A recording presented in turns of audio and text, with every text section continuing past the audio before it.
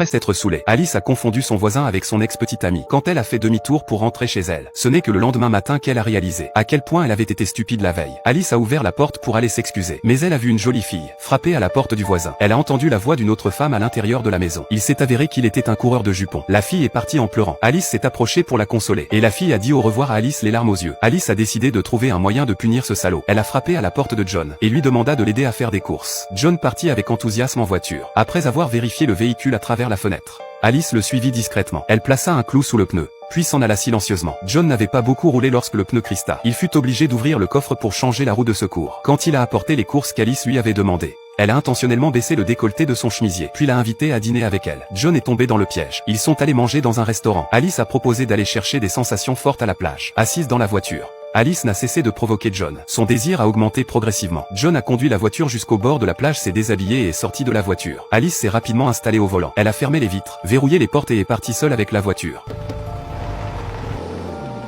Il s'est enfui jusqu'à la route, ce qui a attiré l'attention de la police qui se trouvait à proximité. Il s'est précipité chez lui. Le lendemain, il a commencé à se venger. Il l'a dérangé avec le bruit de la perceuse électrique. Alice a alors commandé un outil anti-dérangement, le collé délibérément sur le mur le soir. John n'a pas pu dormir de la nuit. Le lendemain, il s'est déguisé en livreur de colis et l'a suivi jusqu'au bureau. Il a remis un colis au personnel de la réception. Alice a signé le bon de réception du colis dans la salle de réunion. Il a appuyé sur un bouton et la table de réunion s'est mise à vibrer. Elle a ouvert le colis et en a sorti un vibromasseur, ce qui a provoqué des malentendus parmi tout le monde. Il a émis un rire de satisfaction. De retour à la maison, il s'est mis à danser. Alice frappa violemment à la porte du voisin, mais John fit semblant de ne pas entendre. Elle commença à élaborer un plan de vengeance plus audacieux.